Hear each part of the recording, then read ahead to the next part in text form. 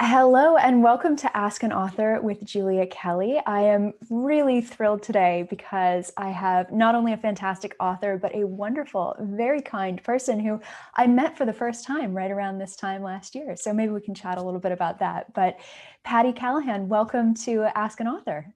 I am so happy to be here. And yes, we met, I think it was literally 3 days ago, was exactly a year ago, because you know I how think Facebook that's pops right. up that. Yeah. And Mhm. I wish I was there with you again. To be in London again seems like a dream. I know, I know. Well, we will get back in the same place at the same time. We were talking a little bit beforehand about how I need to come to the US and visit you, and you need to come over here to the UK. So we'll get back To there. do a dual book tour of the things in our books. I Yes. love it. We'll definitely do that. Well, speaking of the things in our books, you are joining us here today to talk about Surviving Savannah, which is your brand new book that just came out this week, right? It's 3 days old. It's still warm to the touch. Congratulations. This is so exciting. Perhaps you could tell us a little bit about what readers can expect when they pick this book up. Absolutely. It is historical fiction and it is set in a dual timeline, present day, well, 2019, not today, and 1838. And it is the story of a steamship that exploded with all the elite of Savannah and Charleston on it off the coast of North Carolina in June of 1838. It was an untold and hidden story that I was kind of stunned to find because I know Savannah and the surrounding areas fairly well. And I thought I knew most of the big stories.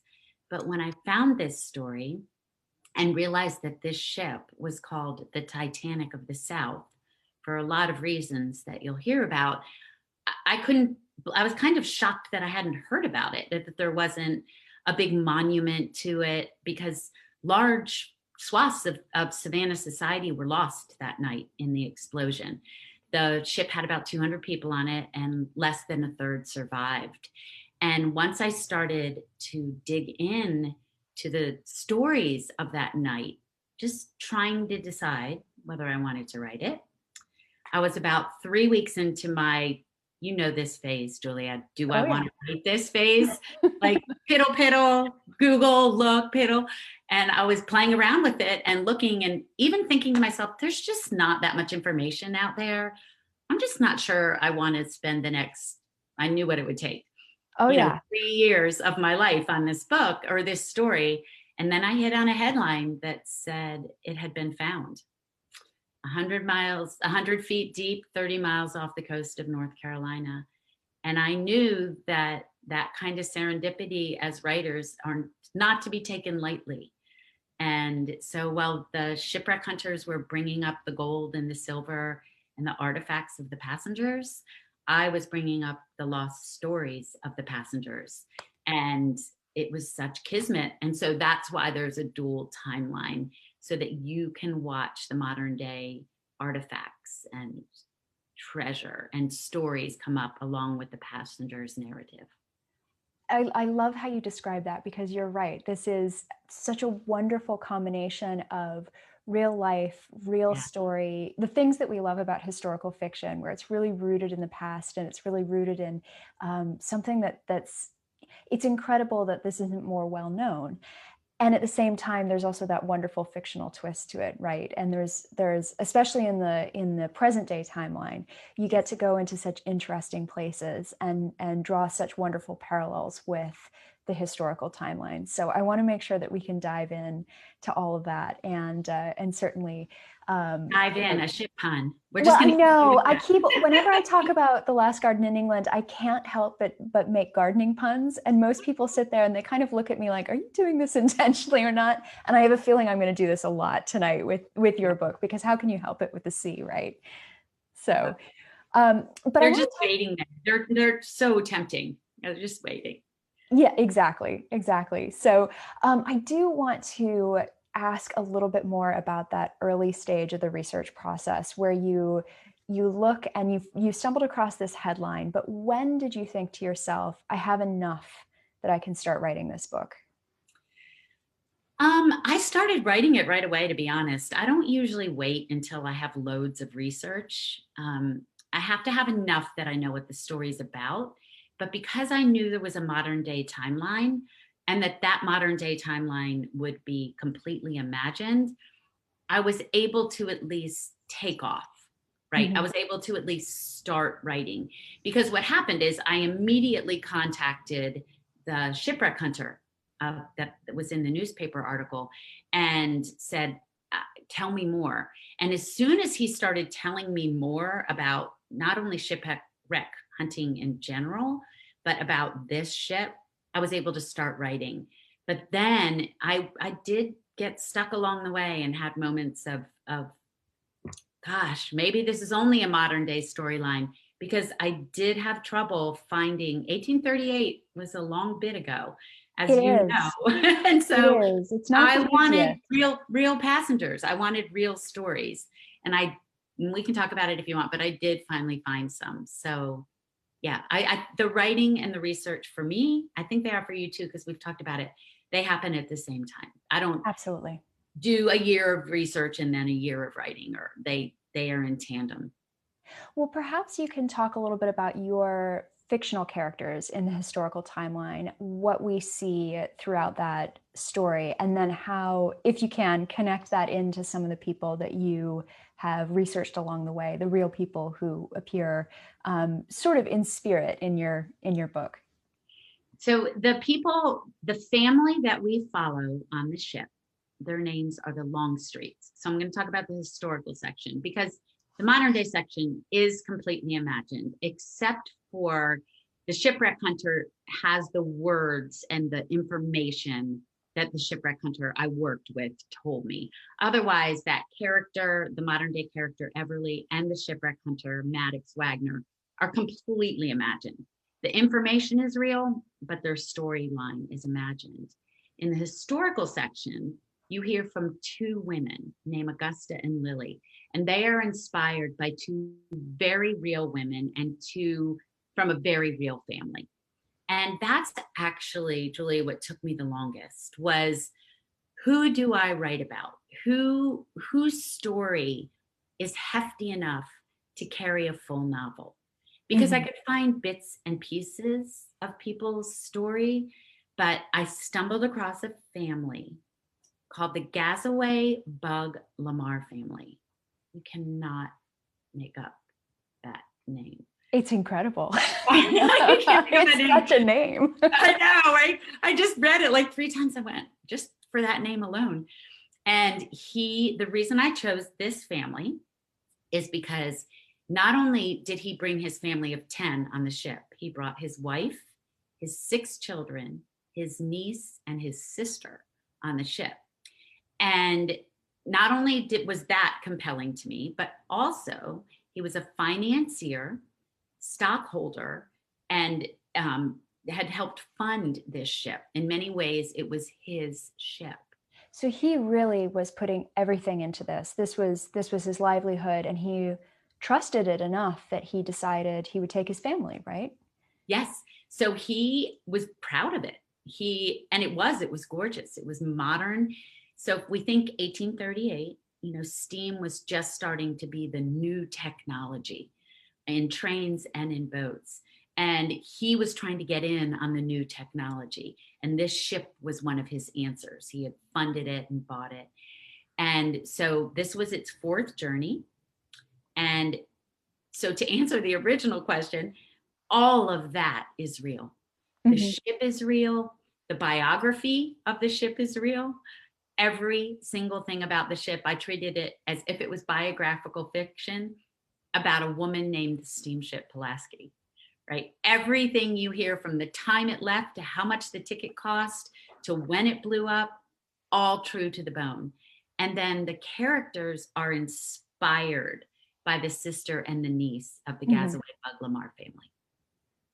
I think the women of this historical section are so interesting because you see women of different classes. You see women who are in completely different situations in their life, but then a shipwreck happens, and it really changes how some people approach the situation, and look at life, and look at their relationships with other people. And of course, throughout the book, you realize that some people maybe are not as changed as you think they would be through this. But perhaps you can talk a little bit about what happens when you put characters in a situation of extreme stress, Mm. such as, you know, this shipwreck that is sort of, it's fascinating. You weave this story in a very compressed amount of time throughout this book for your historical timeline. And then there's a little bit more sort of time and discovery with your present day. So we learn a lot about people very quickly in this historical setting. Well, one of the interesting things, I actually interviewed a couple shipwreck hunters, and one of the interesting things they said was that people show who they really are in a disaster like this. So, character bubbles to the surface when the ship Mhm. explodes, both literally and metaphorically, right? When it all blows up, the our character comes out. And so it made me think a lot about how people would portray themselves when the ship blew up. Their character would reveal themselves. And I knew that I wanted that to happen right away, that Mhm. that's how I wanted you to meet them. I wanted you to meet them as their true self when the ship blew up. So very early, because this is not a twist. The ship No. explodes. Yes. The ship explodes This and is the sinks. premise of the book. This is not a plot twist. And so I immediately let you meet them boarding the ship. And so you know what they want and why they're on the ship. But then immediately we see their character and who they are and the people around them. Mhm. And so I wanted to reveal that. And then in doing that for myself, that's when the theme of the novel, so to say, kind of emerged during that time. Right. I think probably this is a good time now to talk about the other half of this book, which Okay. is the story that's going on in parallel in present day, because this is a dual timeline book, as you said. And perhaps you can introduce us to what readers will meet, the people they'll meet, and the story they'll see when they get into that part of the book. Fantastic. The theme that bubbled up when I was working on the historical part and was this idea of how do we survive the surviving? How do we not only get through something, but who do we become after we've gone through it? And Mhm. listen, we all just went through 2020. So hello. I mean, Yes. like how do we make meaning of that? Who do we become in that? And so I knew that my modern day storyline had to echo some of that theme. My modern day storyline couldn't be so separate that she wasn't going through some of the same thematic transformations, I guess is the best way to Mhm. say it. And I knew that she would be a museum curator because I knew that I wanted to show how the artifacts and the treasure that were coming from the bottom of the sea impact how we see the story, how they connect us to the past, that the things that they bring up aren't just for money. They aren't just gold and silver and jewelry. They are these people's lives that went down with them. And these things at the bottom of the ocean show us how these people lived their life.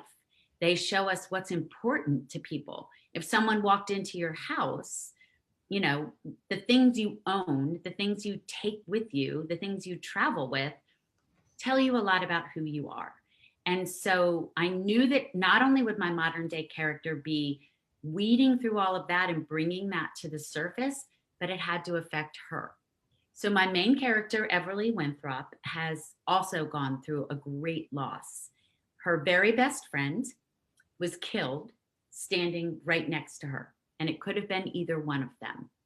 And that trauma she carries around. So not only is she grieving a friend who was as close as a sister, but she's also trying to process the drama and the Mhm. trauma of that.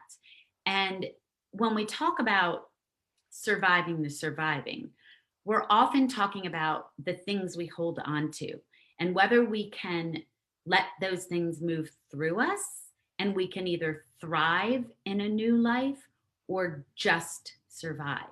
And I needed her to struggle with that the same way my characters were struggling with it, to ask the bigger questions about fate and destiny and meant to be, and those bigger things that help us decide how we're going to live our lives and how we're going to make meaning out of something so awful.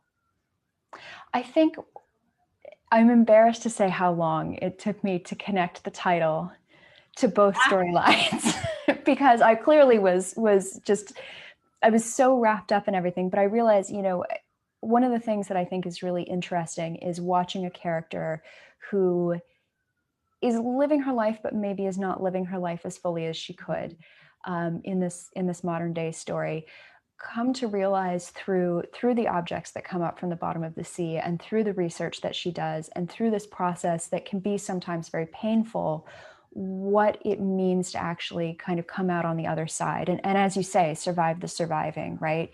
And I think one of the fascinating ways is the way that she leans on other people, even as she sort of pushes them away in going through that.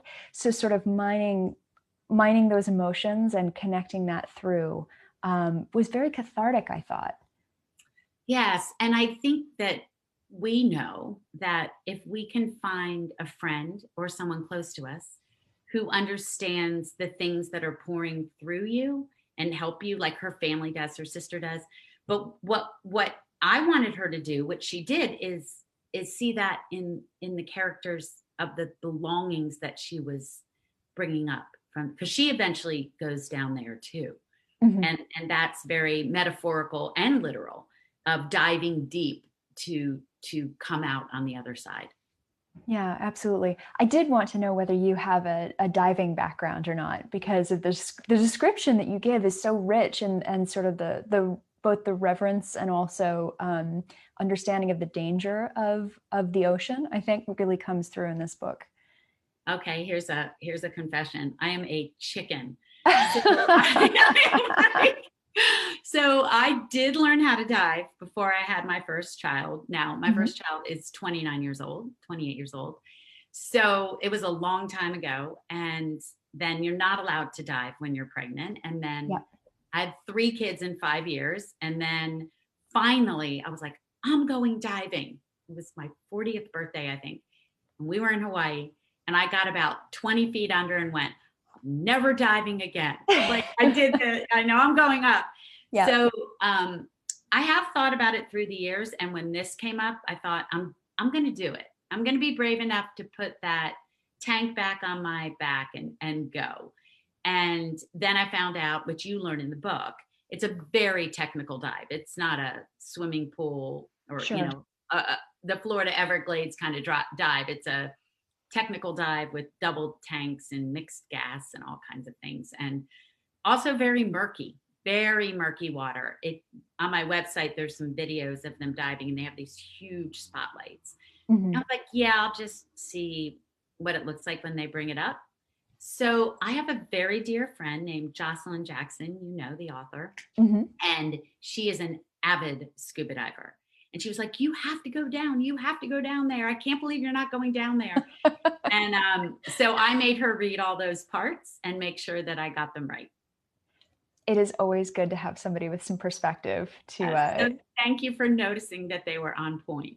I made oh, sure. well, I have to say, I don't dive myself. I've always wanted to learn. My father used to be certified, and I've always intended to, but unfortunately, I don't know how common it is here, and how I think I would have to go somewhere probably and learn and become certified, but Yeah, one day maybe.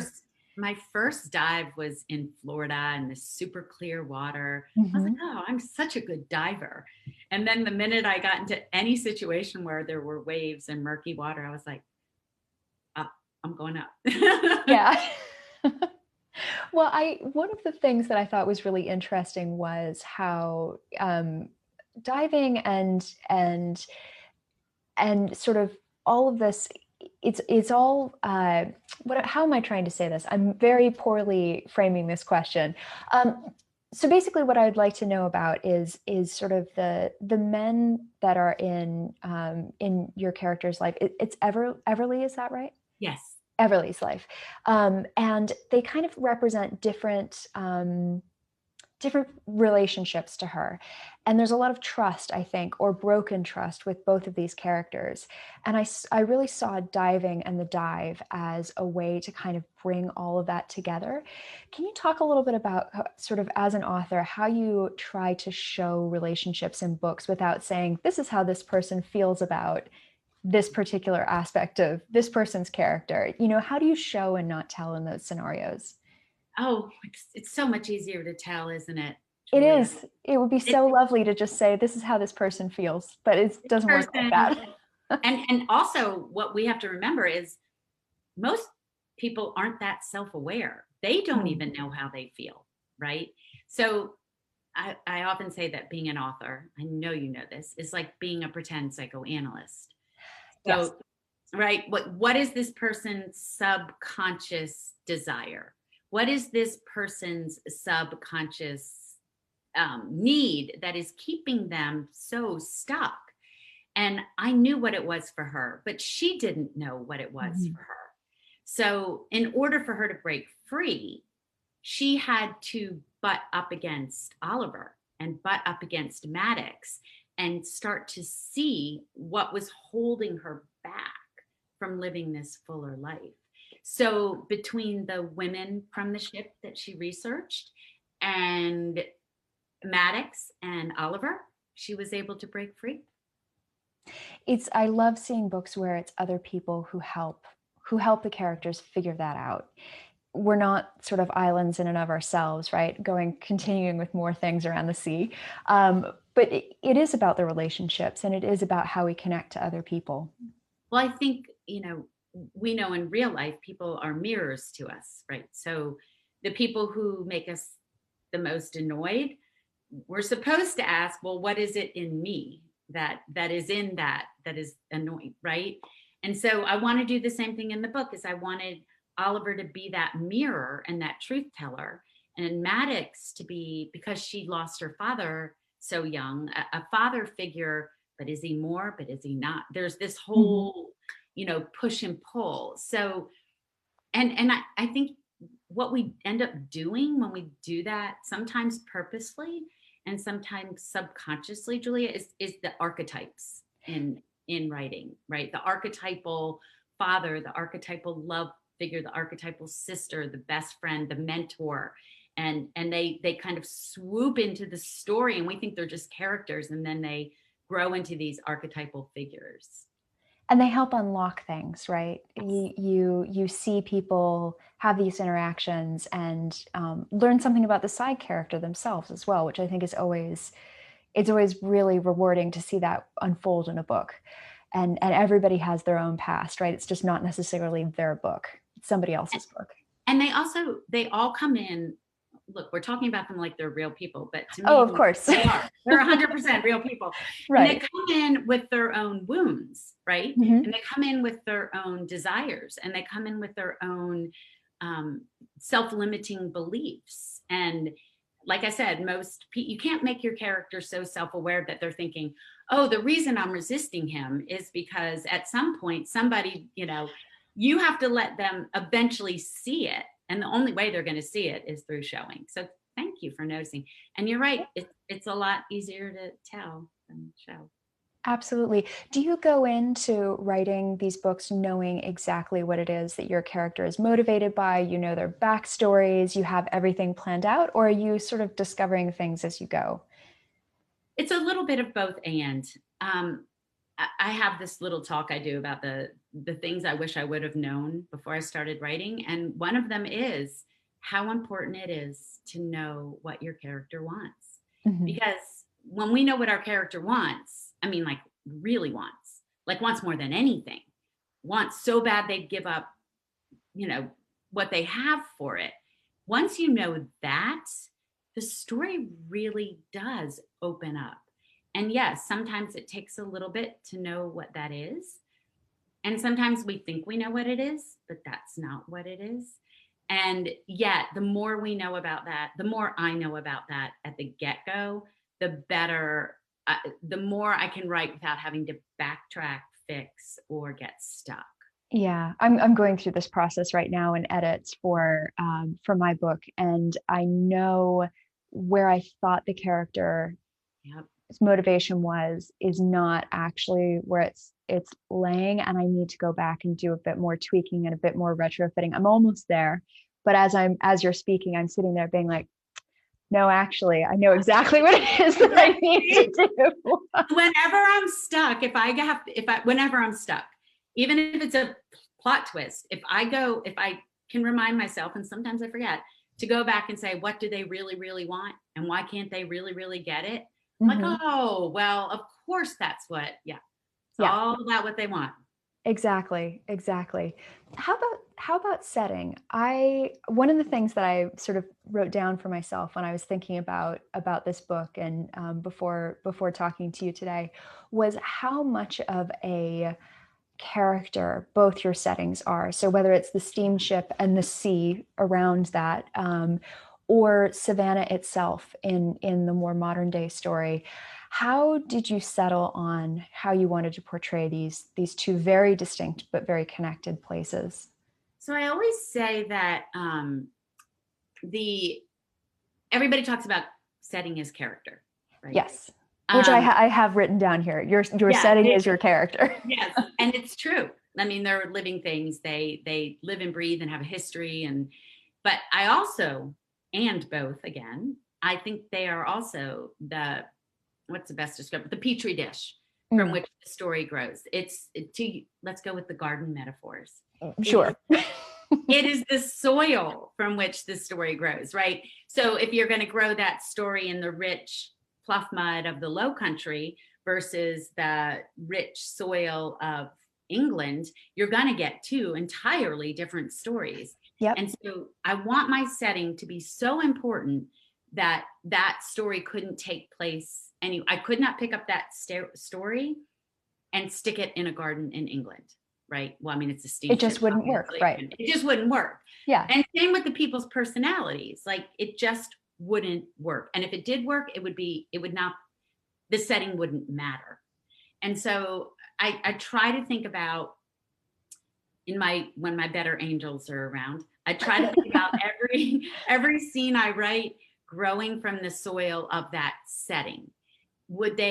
How would they speak about, if they're from somewhere else, they would look at the city in a different way than the person who grew up there. So they wouldn't be talking about the city in the same way. They wouldn't feel about the city the same way.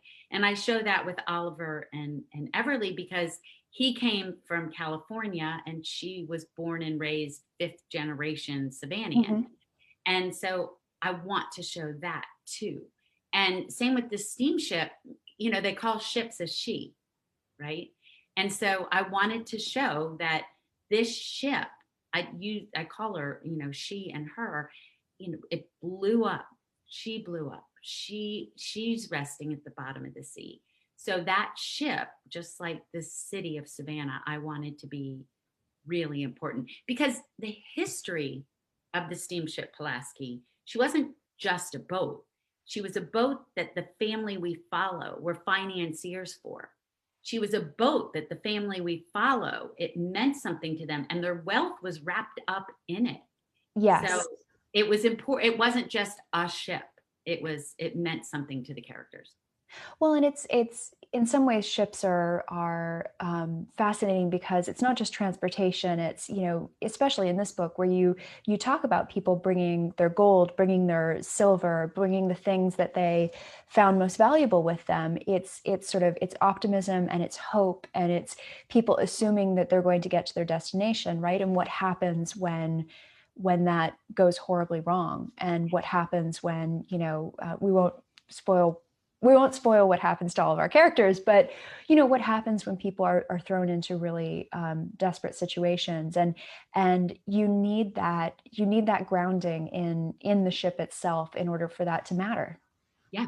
If we don't care about the setting that these characters are in, we're not going to care about as much about what happens to them because they're so tied to the setting and so tied to the land or the ship or where they end up. Some people were traveling north to go home.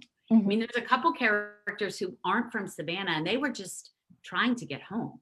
And so we have to care about that too. So Absolutely. I do want to talk about Savannah a little bit because I know before we Okay. started, I told you this is one of the places in the US I've always wanted to go. I haven't, and I think that's a real, I know, I need to go. I feel like that's such a real shame on my part because it's one of these storied cities. Everybody speaks about it with such affection, and there's such a mythology around Savannah. Can you talk a little bit about drawing that into writing this book?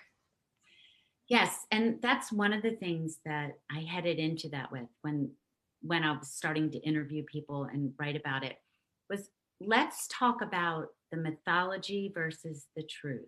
Hmm. And I have it in the one of the opening scenes is my character walking home to visit to her mother's house in downtown Savannah, and a carriage tour is going by Hmm.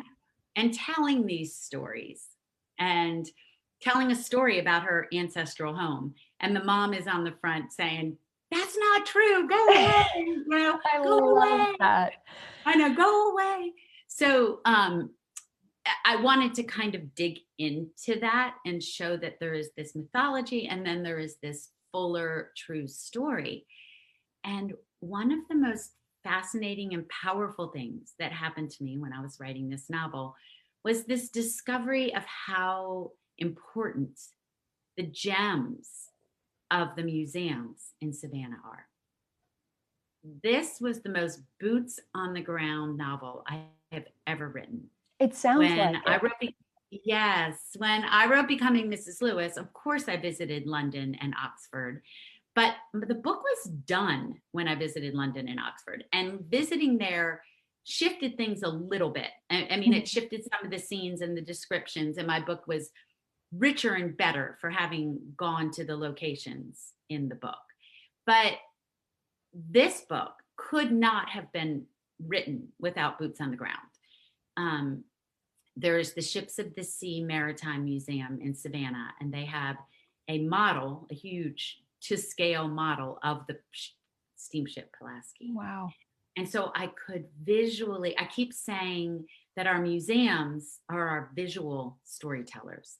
They are the keepers of our larger truths in visual ways. So I was able to look at the steamship and say, oh, that's where the cabins were. Instead of just this vague description, the engine house. What's an engine house? The Mhm. wheelhouse. What's the wheelhouse? And I was able to look at it. And then, of course, they had research I couldn't find online. I keep saying, hello, everybody out there. You can't find everything on Google. It's very Like, true. you can't find it all on Google. Trust me, even Google Earth, you can't find it. So then the other museum that changed my perspective radically was the Owen Thomas House in Savannah, because they refurbished the slave quarters. Mhm. And so it made me shift my storytelling, hearing the other side of that story. It just wasn't about these wealthy Southern families that boarded this ship. They had their enslaved people with them, and I interviewed the museum curators. I actually have a podcast. I think it drops today. Um, called The Untold Story Behind Surviving Savannah. And I interview these museum curators and these historians about Savannah in 1838 versus Savannah now, how to have the fuller story. We have to listen to everybody's voices, right? We've only for 200 years now, because this story is almost 200 years old, only heard these voices, Mhm. right? So I told my novel from the women's voices, and shipwreck stories are rarely told from the women's point of view. I can't And think of another off the top of my head. I know, right? They're usually the captain, the first mate. They're about survival. They're Exactly. about making sure the ship doesn't sink. And then, of course, there's the enslaved point of view, which I can't do with authenticity, but I can do with compassion and with information. So talking and going to these museums and the Georgia Historical Society and reading the accounts and reading the old newspaper articles and listening to the voices and looking at the slave quarters and looking at the ship, the entire novel shifted with that kind of visual storytelling. I'm so glad that you've brought up the fact that, there is a dark and difficult history that can sometimes be difficult to contend with in historical novels. And I think some people can naturally want to shy away from it because it's hard. Easy to do. It's It's easier to shy away from it or just skim absolutely. over it or just not write about it at all. Yeah. Absolutely. Well, and I was thinking about that as I was reading this book, and I'm going to read you something very quickly from your own Uh-oh. book. So I apologize, but this really jumped out at me, which is it's a quote from our heroine, and she says, "This is one of my favorite features of the exteriors in Savannah. The bricks are called Savannah Grays. They were made by enslaved people, fashioned from the river's gray colored clay. So I love the brick, but not how it was made." I paused. Savannah is complicated. And I think I loved that was it was a nod to the fact that you can write about these time periods and write about these people, and it can be complicated, and it can be such a disservice not to acknowledge how complicated that is. Right. And and if you go to Savannah, you'll do the same thing. Look at the beautiful Savannah Grays. They are these beautiful bricks all through downtown, and you Mm. get in big trouble if you destroy them in a historic house. And they cost, I don't know much per brick if you can take them down, right? They are very, but did they talk about how the enslaved made them, how they had to make them all the way down at the river and then cart them up so these people could build their houses? So that doesn't mean we I don't know, lament on it and go on and on about it, but it does mean we talk about it. We Mhm. don't gloss over it, and we look at the harder truths while looking at the only way to know the full story is to look at the harder truths at the same time. Just because we look at the harder truths, we keep talking about this and both. Just because we talk about the harder truths doesn't take away this part of the story either. There's this voice, this voice, this voice, this voice, this voice.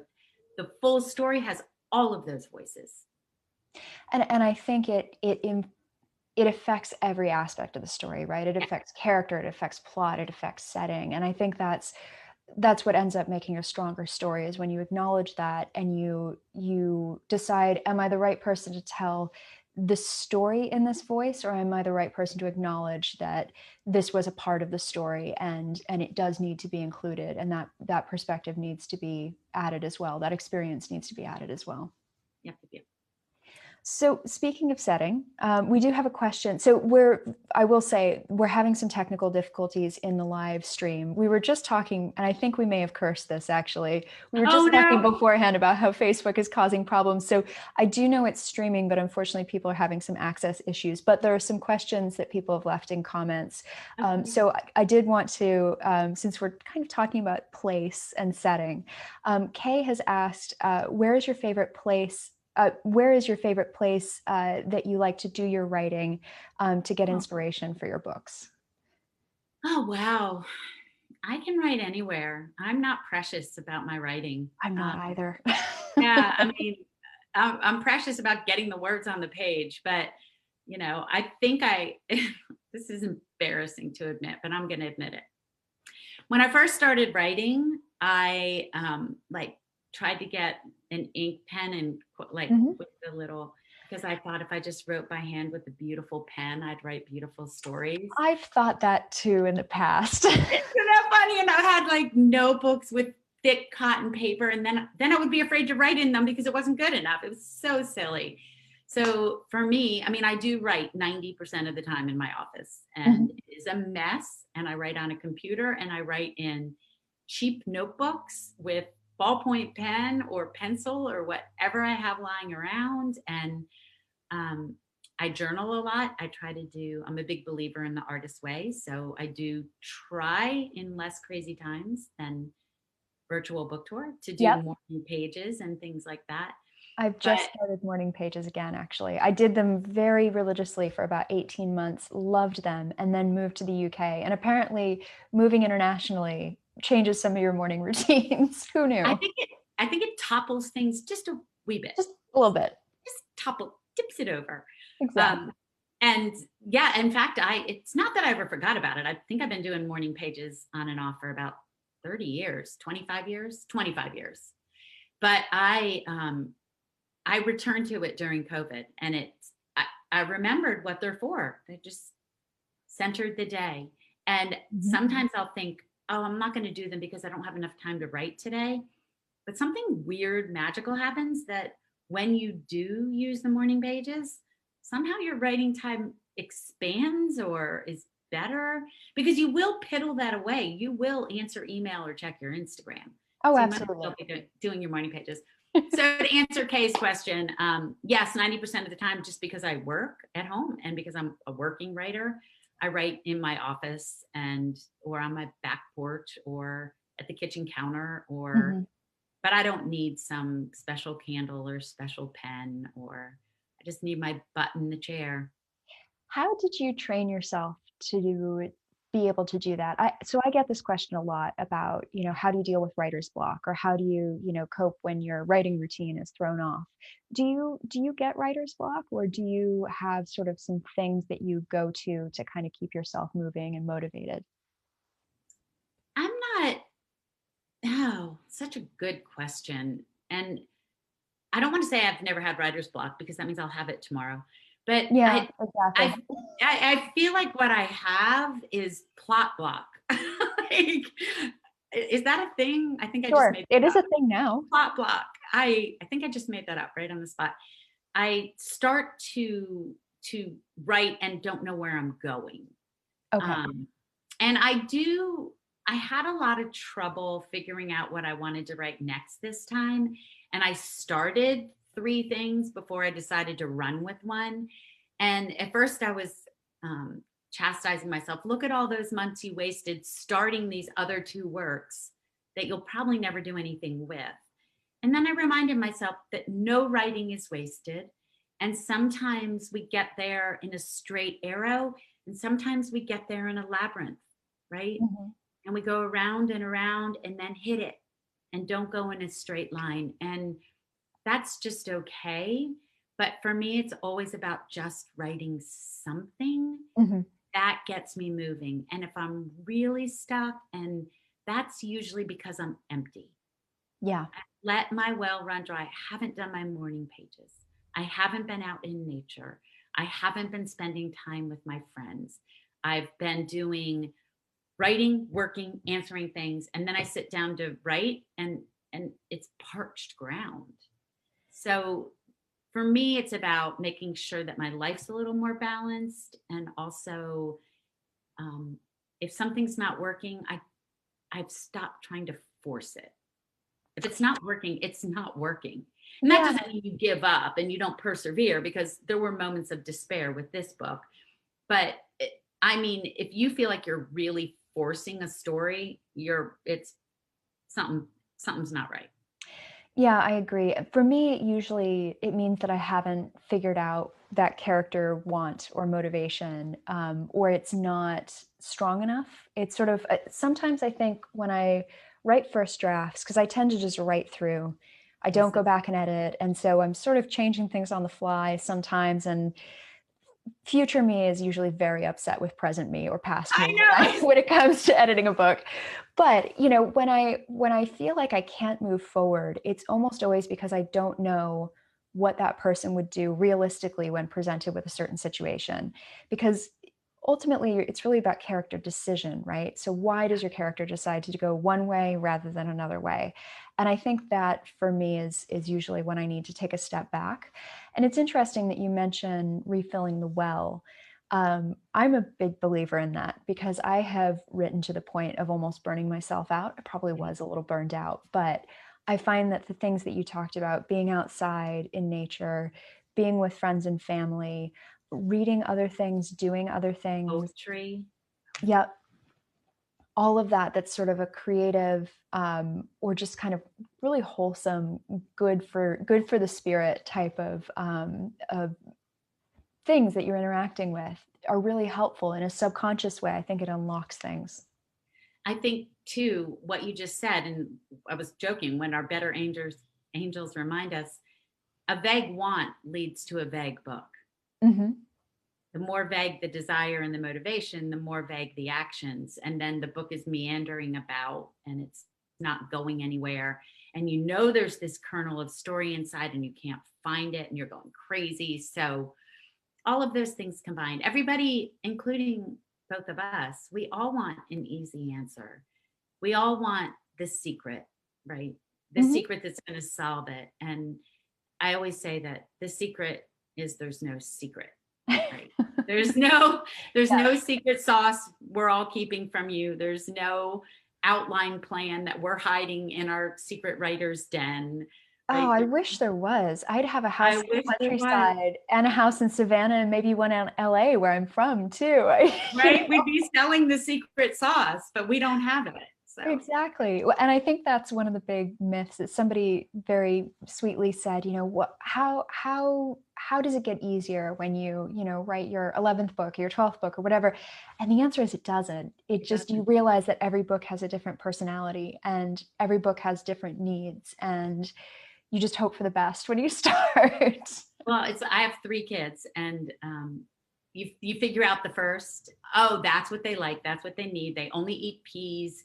They they like their milk warm. They then you bring the next, and they like never eat peas, like their milk cold, and everything we specialize. Like whatever it Chaos. is, right? The whole thing is blown to smithereens, and it's the same with our books. So Yeah, absolutely, absolutely. Well, speaking of friends and things that fill the well, I couldn't talk to you without talking about friends in fiction, and this wonderful phenomenon of a show that you have created with your friends. Can you tell the few people who don't know about this?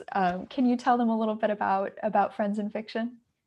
absolutely, we had you on. Yes, Um, it was so much It fun was so too. fun. It was so fun. And we all got off and went, "Oh my gosh, she's one of us. We love her." Well, that So, is a wonderful compliment. so in March of last year, almost exactly a year ago, all 5 of us, it is me, Patti Callahan Henry, Mary Kay Andrews, Mary Alice Monroe, Kristen Harmel, and Christy Woodson Harvey. And all 5 of us had book tours canceled. We all had books out in March and April, and our book tours fell like dominoes, literally. I was the first out of the gate. Mhm, I got home from London, where you and I were both at a awards ceremony for our books, and I got home and I was heading out for the paperback of that same book, Becoming mhm. Mrs. Lewis, and the Tucson Book Festival canceled, and then it was so we all got on Zoom together because we're pals to lament. This is when we all thought that we were going to be shut down for like 2 months, Right, it was gonna be a right? short-term thing. Short Everybody term would thing. just, read a lot Yep. of books and then we'd be out of it. It's to sustain each other and say we have the worst luck because our books are coming out during the 2 months that we're all going to be locked down. What are we going to do? And we just started having so much fun talking that Mary Kay, all owed to Mary Kay, said, her real name is Kathy, said, let's put it on my Facebook page. I bet people would love listening to what we're talking about. Yeah. We're talking about publishing and writing, and we did not plan what happened. So fast forward, it is our 1 year anniversary on April 14th. Mhm, Our first guest was Kristen Hanna, and we have about 35,000 members. We stream live every Wednesday night. We have a book club called the Friends in Fiction Official Book Club, and they have, I think, 5,000 members, and which are a shoot off of our mhm. show. But the show is on Wednesday nights, and then we have bonuses on Sunday nights, like yours was about setting, Yep. where we talk about writer things on the bonus, which are craft oriented. And then we launched my book last night with a really fun party. I made everybody play a character in my book, and I gave them a script, and it was a hoot because a shipwreck, it's a serious subject, so It we wanted is. to kind of and it's just been astounding because it's not what we didn't sit down and say, let's start a web show, a podcast, a YouTube channel, which we all have now, a website and Instagram. We didn't sit down and say that. We said, we're missing our book community. What can we do? And then everything grew out of that. This book community, it was like people were waiting and it just Mhm. blossomed. It's been extraordinary. Well, I don't think you guys know this, but my dad is a member of your group. Oh, that's so Um, fun. and he likes to let me know what's going on in the group. And I think one of the reasons why is book lovers love talking about books with each other. And he is just astounded at how many people are in that group posting all the time. They're sharing recommendations. They're discovering books for the first time. I saw somebody who posted the other day and they'd never read The Nightingale. And this is sort of, to me, it's one of those, if you read historical fiction, you know about The Nightingale, but not everybody does. And so it's this wonderful tool of discovery. And people were saying, oh, that's great. I love that book. If you like that, you should read this. And I love getting to see those conversations and kind of be a bit of a fly on the wall, especially as an author. It's fun to just kind of be around people as they're talking books.